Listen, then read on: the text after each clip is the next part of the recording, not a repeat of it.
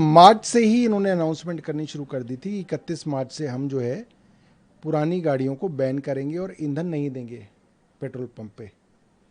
फिर उन्होंने उसकी मियाद बढ़ा के 30 जून पे ले आए।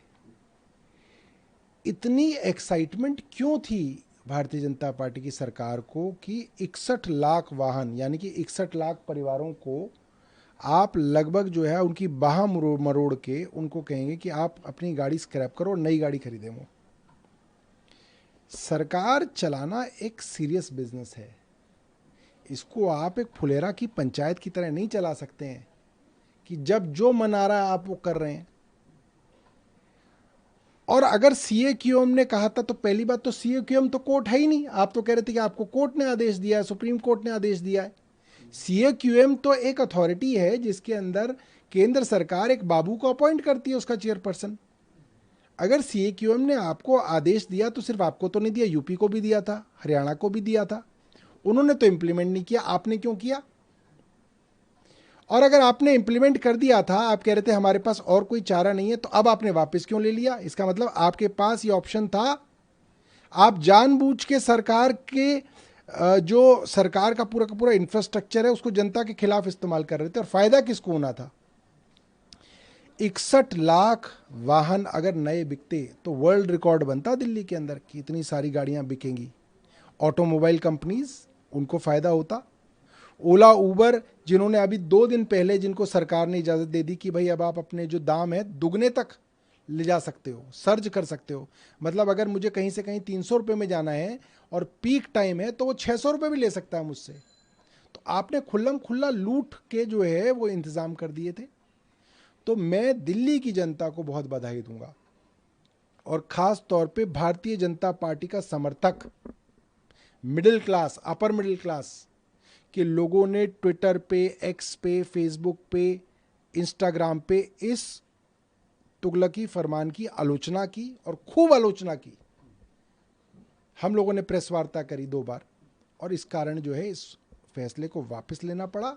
मैं दिल्ली के लोगों को बधाई देना चाहता हूँ। सर ओवरऑल बात करें इस जो मान के चलिए 15 साल में उनकी गाड़ी कुछ ही हजार किलोमीटर ही चल पाए तो तब तो ये स्थिति नहीं हो, तो ऐसे में आप ओवरऑल मैं इसे कैसे आपको देखते हैं अपनी विधानसभा का बता सकता हूँ। हमारे ऐसे इलाके हैं, ग्रेटर कैलाश है, ईस्ट ऑफ कैलाश है, पंचशील है, शेख सराय है, अलकनंदा है। वहाँ पे बुज़ुर्ग माता पिता रह रहे हैं। 15 साल पुरानी उनकी गाड़ी है। वो हफ्ते में 2 बार गाड़ी निकालता है, सिर्फ मार्केट तक जाए गए, कभी थोड़ी सब्जी खरीद ली, फल खरीद ली, वापस आ गए। पूरे महीने में आप देखोगे तो उनकी गाड़ी 20 किलोमीटर नहीं चलती।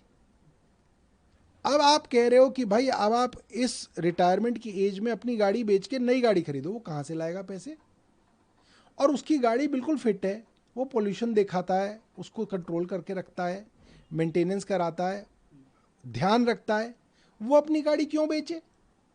ये सीधा सीधा जो है एक धक्काशाही थी और ये आर्म ट्विस्टिंग थी।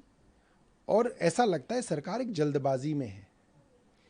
किस चीज़ की जल्दबाजी है मुझे नहीं समझ में आता, मगर ये एक जल्दबाजी के अंदर एक सरकार चलाने की कोशिश कर रहे हैं और मुझे लगता है सरकार 5 साल पूरे नहीं करेगी। इसमें सर कांग्रेस ने जो ट्वीट किया है उसमें यू टर्न एक टर्न सरकार जो है वो नाम दिया है, तो आपकी प्रतिक्रिया उस पर भी हम चाहेंगे कांग्रेस से। देखिए, मुझे ऐसा लगता है कि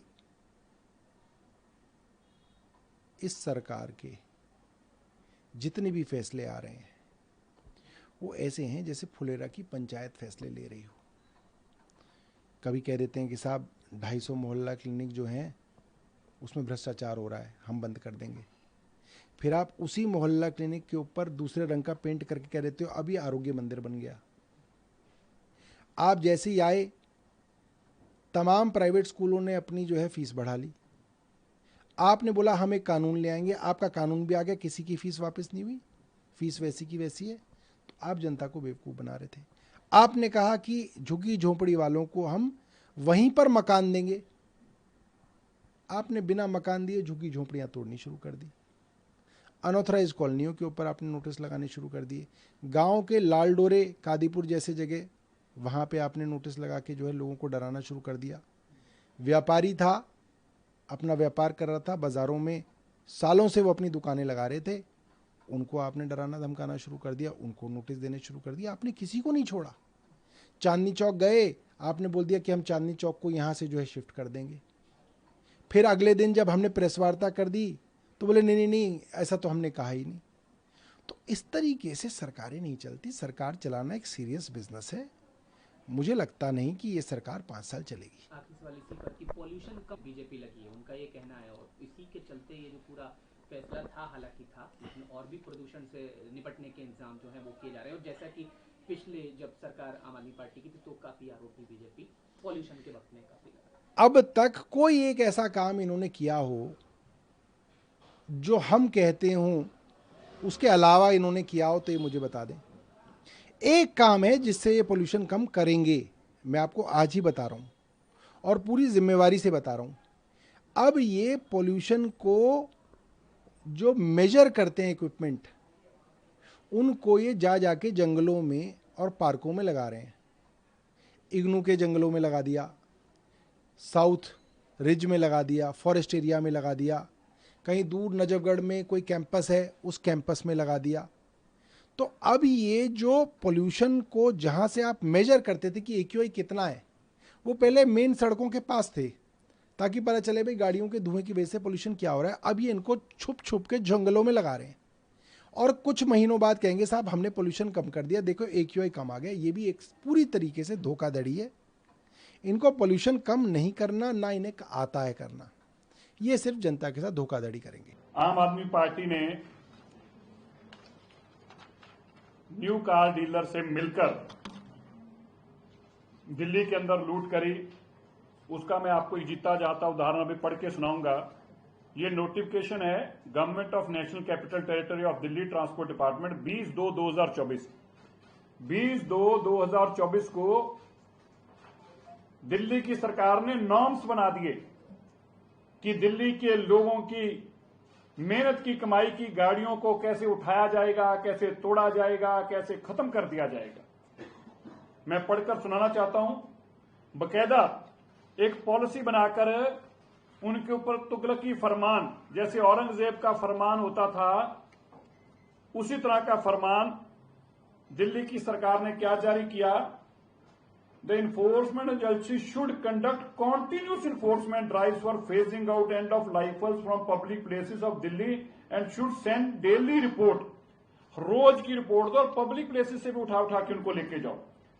The end-of-life vehicles found playing on parked in public places will be impounded, seized by enforcement agency and shall be handed over to the for seizure memo।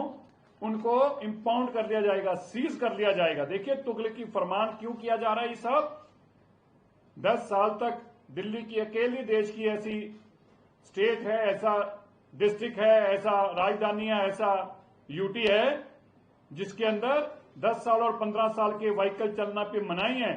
और दिल्ली की सरकार ने जानबूझकर इस ऑर्डर को फर्दर इंप्लीमेंट किया, बजाय कि जाके सुप्रीम कोर्ट को और एनजीटी को बताते और काम नेक करते जिससे दिल्ली का पोल्यूशन कम होता। इसकी बजाय उन्होंने नए कार डीलरों से पैसा लेकर उनसे लेन देन किया और उस लेन देन के एवज में ये कानून बनाकर रख दिया। ये देखिए अगली, यहां तक ही नहीं रुके, उन लोगों ने प्रोसीजर भी तय कर दिए। क्या कर दिए, हर व्हीकल को अंडरटेकिंग देनी होगी कि जो बैंड एनसीडी के अंदर वो कंफर्मेशन नंबर डालकर और ये बताएगा कि मैं दिल्ली में क्या एनसीटी में भी नहीं चलाऊंगा ये गाड़ी। मतलब इनको एनसीटी की भी चिंता थी, ठीक है। End of life should be impounded for second time. अगर पहली बार उसका चलान करेंगे लेकिन दूसरी बार तो उसको वापस ही नहीं करेंगे, उसकी गाड़ी को इंपाउंड कर लेंगे। और यहां तक कह दिया कि अगर कोई ट्रांसपोर्ट व्हीकल होगा उसको तो हम पहली बार में ही इंपाउंड कर लेंगे, पहली बार में उसको इजाजत भी नहीं देंगे छोड़ने की कि वो बाहर भी कहीं लेके जा सके, ये भी इजाजत नहीं देंगे। फिर क्या किया, हमारे यहां पर आप सुनकर हैरान होंगे, कोई स्क्रैप का यूनिट ही नहीं है और स्क्रैप के रेट भी तय कर दिए। 90% of the Phyllis scrap component जो है उसके तहत गाड़ी को बहुत मुश्किल, अगर कोई मर्सिडीज गाड़ी भी होगी उसको भी 80-90 हजार रुपया मिलेगा। ये क्यों किया गया, नई गाड़ियों के साथ